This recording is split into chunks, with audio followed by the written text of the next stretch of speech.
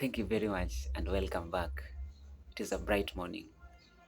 Today I want to talk about my letter to the citizens of Kenya. Once upon a time, there lived a young family, a newly married family. One afternoon, they sat under a beautiful tree in the middle of their home to have lunch. After lunch, the man called on all his domestic animals and instructed each of them to bring him a glass of water. He began by sending the cat. Definitely, the cat could not get into the house and bring the man a glass of water. The man got furious and cut the cat into small pieces, splashing blood all over. He went to the dog, went to the cow, and finally to his most beloved and useful domestic animal, the horse. Similarly, the horse would not bring the gentleman a glass of water. He then cut the horse into small pieces, splashing blood all over. He then turned to his wife and asked the wife, "Baby, may you please bring me a glass of water?" The lady immediately rose, went into the house, and brought the gentleman a glass of water. The moral lesson, rather, the intention of the man doing all this, I want to believe, was to create fear in this lady and bring a picture of what he is in a position to do in case the lady would fail to do as the man would instruct. Now back to my good citizens. We have a government in position and we have a government in place with an elected president, Dr. William Samoei Ruto, who I want to believe is a reader of The Prince, the famous book by the father of modern politics, Niccolo Machiavelli. And in The Prince, Niccolo Machiavelli talks about two things that the prince need to think about in order to hold on to power and restore order.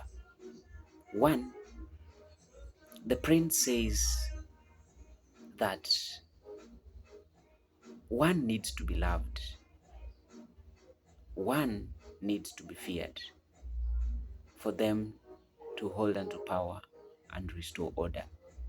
But most important to the prince, he needs to be feared because naturally you cannot determine what human beings would love, but you determine what they fear. And that is exactly what our president has learned from the prince. Similarly, in the same book, Niccolo Machiavelli talks about the sources of power and what is power. He says that there are some sources of power like military power, human power, economic power. And the three powers that I've just mentioned, sources of power that I've just mentioned, Mr. Ruto is blessed to have them. Mr. Ruto has the military power by the virtue that is the head of state, commander-in-chief of the armed forces. So he has the military. Mr. Ruto has economic power. Mr. Ruto has human power. In the Republic of Kenya, after Raila Amolo Odinga, it is Ruto that can control masses. Therefore, he has the human power. Therefore, he has power. He has the ability to influence people to do things like he wants.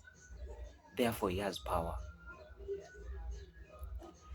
So, Ruto has learned that for you to hold onto power for a longer period of time, what is most important to you is great fear amongst your subject or amongst your follower. And that is exactly what Ruto has done today. And if you could see, when I give a reflection to United Democratic Alliance National Governing Council conference that was held in KICC, I want to believe some few days ago. In that meeting, what I came out with from that meeting, Ruto was stamping his authority. And if you could read within his speech, he was creating fear amongst members of UDA, because you could hear him say that all of us must subscribe to the party. From that, he was stamping his authority, and all of them must be ready to face elections that are yet to happen, party elections, that is UDA. So, in my view, Ruto, I would say, is a very good student of politics, and we must give time, and Ruto shall succeed in any plan that he has. Because as you can see, all of us, slowly by slowly, we are getting to accept anything that is in position. Look at economy. The other day we were complaining about the price of unga. The other day we were talking about the increased fuel. But slowly by slowly we are embracing this, and we're getting used to this. And finally, at the end of the day, we are going to take it as a normal thing. Finally, Ruto would have succeeded. That is my take. I don't know your position. Thank you very much, and may God bless you.